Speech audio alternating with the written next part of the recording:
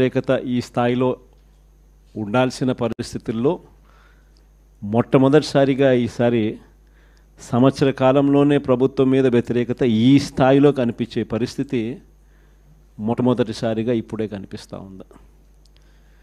అంత తక్కువ కాలంలోనే ఇంత దారుణమైన ప్రజా వ్యతిరేకత చంద్రబాబు నాయుడు గారి ప్రభుత్వంలో ఈరోజు కనిపిస్తూ ఉన్న నేపథ్యంలో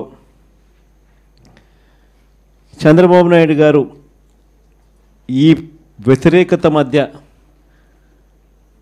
ప్రజలకు మంచి చేయాల్సింది పోయి మంచి అన్నది పక్కకి వెళ్ళిపోయింది కాబట్టి అబద్ధాలు మోసాలు మాత్రమే మిగిలాయి కాబట్టి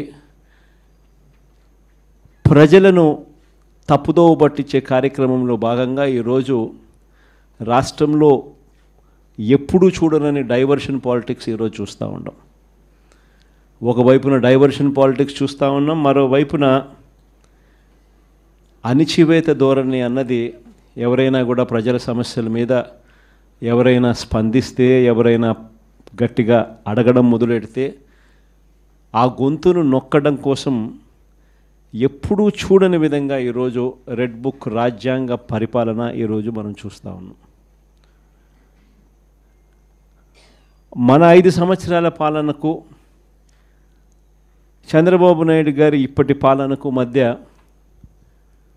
తేడా అన్నది ప్రస్ఫుటంగా ప్రజలకు అర్థమయ్యేట్టుగా ఈ సంవత్సర కాలంలోనే పాలన చూస్తే ఎవరికైనా కూడా ఇట్టే అర్థమయ్యే పరిస్థితి, వ్యత్యాసం అన్నది ఈరోజు ప్రతి ఒక్కరికి కూడా తేడా తెలుస్తూ ఉంది. మన 5 సంవత్సరాల మన కాలంలో ఎప్పుడూ ఇంతకు ముందు జరగని విధంగా వివక్ష లేకుండా కులం చూడలేదు, మతం చూడలేదు, రాజకీయాలు కూడా చూడలేదు, చివరికి ఏ పార్టీ అని కూడా చూడకుండా మంచి చేసిన ప్రభుత్వం ఒకవైపున మనది కనిపిస్తే రెండవ వైపున ఇటువైపున ఈరోజు ఈ సంవత్సర కాలంలో కనిపిస్తూ ఉన్నది ఏమిటి అని అంటే మంచి అన్నది ఎలాగూ లేదు, వివక్షకు తావు ఎలాగూ లేదు. ఎందుకనంటే ప్రతి పథకము ఏ పథకము లేదు కాబట్టి. మరోవైపున పూర్తిగా రెడ్ బుక్ రాజ్యాంగం అమలు చేస్తూ విచ్చల విడిగా ఈరోజు అన్యాయాలే కనిపిస్తూ ఉన్నాయి. మన ప్రభుత్వంలో ఎప్పుడూ చూడని విధంగా విద్య, వైద్యం, వ్యవసాయం, పారదర్శకత పాలన, law and order, Disha app లాంటివి రెవల్యూషనరీ రిఫార్మ్స్ తీసుకొని వచ్చి ఎప్పుడు చూడని మార్పులు మనం తీసుకొస్తే ఈరోజు ప్రతి వ్యవస్థ కూడా కొలాప్స్ అయిపోయిన పరిస్థితులు ఈరోజు కనిపిస్తూ ఉన్నాయి. వీటి అన్నిటికీ సంబంధించి మొన్న ఈ మధ్యకాలంలోనే వారం రోజుల కిందటనే సుదీర్ఘంగా ప్రెస్ కాన్ఫరెన్స్ కూడా పెట్టాం. దాదాపు 2 గంటల సేపు సుదీర్ఘంగా ప్రెస్ కాన్ఫరెన్స్లో మన పాలనకు ఆయన పాలనకు మధ్య తేడా చూపిస్తూ ఆ ప్రెస్ కాన్ఫరెన్స్లో చంద్రబాబు నాయుడు గారు చేసిన మాటలు ఏమిటి, ఎన్నికలప్పుడు ఆయన చెప్పిన మేనిఫెస్టో ఏమిటి, ఎన్నికలప్పుడు ఆయన ఆ మేనిఫెస్టోను చూపిస్తూ ఆయన మాట్లాడిన మాటలు ఏమిటి, ఆ తర్వాత ఎన్నికలు అయిపోయిన తర్వాత ఆయన ఇవాళ చేస్తూ ఉన్న మోసాలు ఏమిటి, అబద్ధాలు ఏమిటి అని చెప్పి క్లియర్ కట్గా అందరికీ అర్థమయ్యేట్టుగా వీడియోలు కూడా ప్లే చేసి చెప్పడం జరిగింది. ఈరోజు మనమంతా కూడా ఎందుకు ఏకమైనాము అని అంటే సంవత్సర కాలం అయిపోయింది. ఈ సంవత్సర కాలంలో చంద్రబాబు నాయుడు గారి వల్ల ప్రజలకు జరిగిన నష్టం, నేరుడు సంవత్సరం చంద్రబాబు నాయుడు గారు ఇస్తాను అని చెప్పిన ఏ హామీని నెరవేర్చకపోవడం వల్ల ప్రతి కుటుంబానికి, ప్రతి ఇంటికి జరిగిన నష్టం ఎంత. ఈ సంవత్సరం తాను అవే పథకాలు మళ్ళీ ఇవ్వని కారణంగా మళ్ళీ ఈ సంవత్సరం జరగబోతా ఉన్న నష్టం ఎంత. రెండవది, మన ప్రభుత్వం కొనసాగి ఉండింటే ప్రజలకు అన్ని పథకాలు అందుతూ ఉన్న పరిస్థితుల మధ్య ఆ పథకాలన్నీ రద్దయిపోయిన పరిస్థితులు. ఒకవైపున ప్రజలకు అందుతూ ఉన్న పథకాలన్నీ రద్దు, మరోవైపున చంద్రబాబు చేస్తూ ఉన్న మోసాలన్నీ మోసాలుగా మిగిలిపోయినందువలన ప్రజలకు జరిగిన నష్టం. వీటి మీద ప్రజలను మరింతగా కూడా చైతన్యవంతులను చేస్తూ, ఎందుకంటే చంద్రబాబు నాయుడు ఈ మధ్య అంటా ఉన్నాడు, అసలు ఇంతవరకు తన మేనిఫెస్టోలో చెప్పిన ఏ విషయం మీద కూడా, ఏ హామీని కూడా, రిబ్బన్ కూడా కట్ చేయకుండా నేను అన్నీ చేసేసాను, ఇంకా ఎవరైనా ప్రశ్నిస్తే మీ నేలకు మందం అని చెప్పి ఏకంగా బెదిరిస్తూ ఉన్నాడు. అసలు ఏమి చేసినావు స్వామి నువ్వు? ఇంతవరకు చేసింది ఏమీ లేదు, అప్పుడే అన్నీ చేసేసినానని చెప్తా ఉన్నావు. పైగా నిన్ను ఎవడన్నా ప్రశ్నిస్తే నీ నేలకు మందం అని చెప్పి నువ్వు మళ్ళీ బెదిరిస్తూ ఉండవు నువ్వు అని చంద్రబాబు నాయుడు గారిని గట్టిగా నిలదీసే కార్యక్రమంలో భాగంగా చంద్రబాబు నాయుడు గారి మేనిఫెస్టోను మళ్ళీ ఒకసారి రీకాల్ చేస్తూ, అంటే ఒక కొత్త ప్రోగ్రాం ఈరోజు లాంచ్ చేస్తూ ఉన్నాం.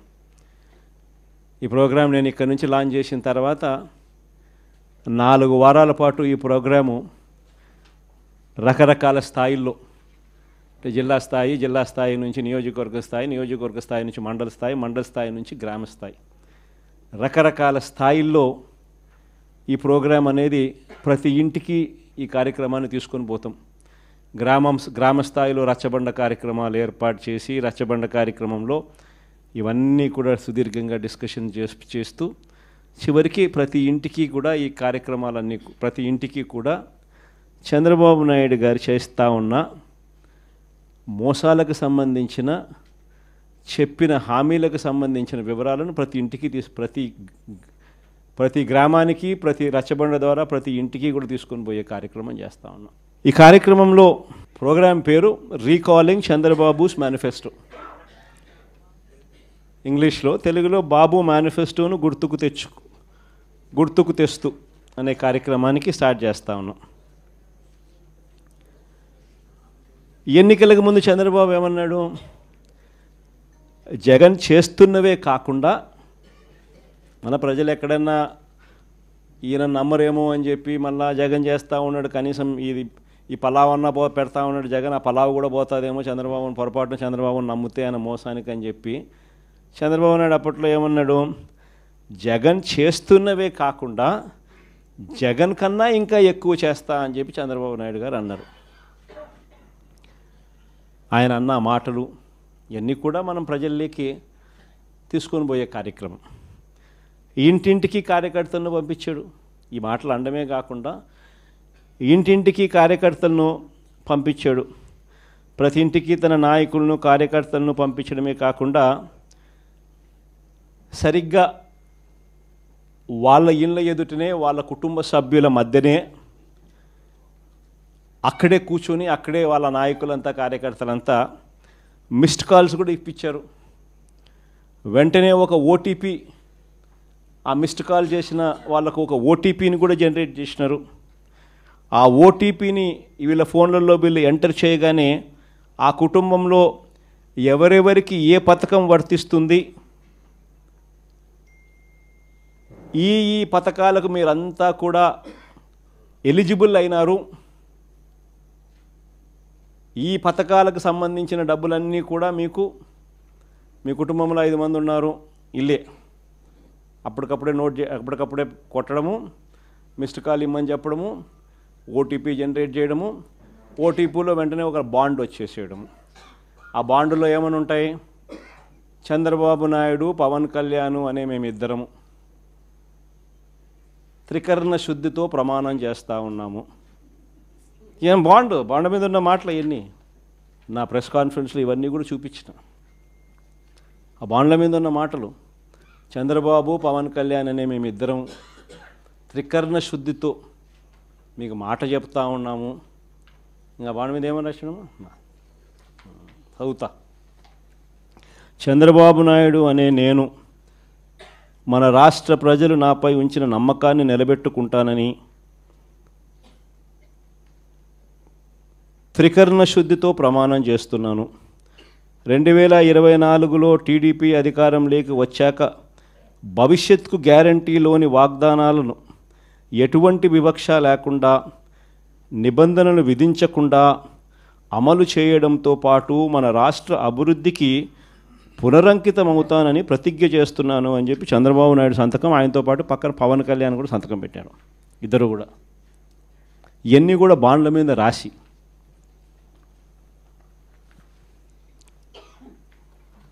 మీ కుటుంబంలో ఇంతమంది ఉండారు, ఇందులో మీ ఇద్దరికి తల్లికి వందనం కింద, మీ పిల్లలకు తల్లికి వందనం కింద మీకు ఇది 3 పిల్లలు ఉన్నారు.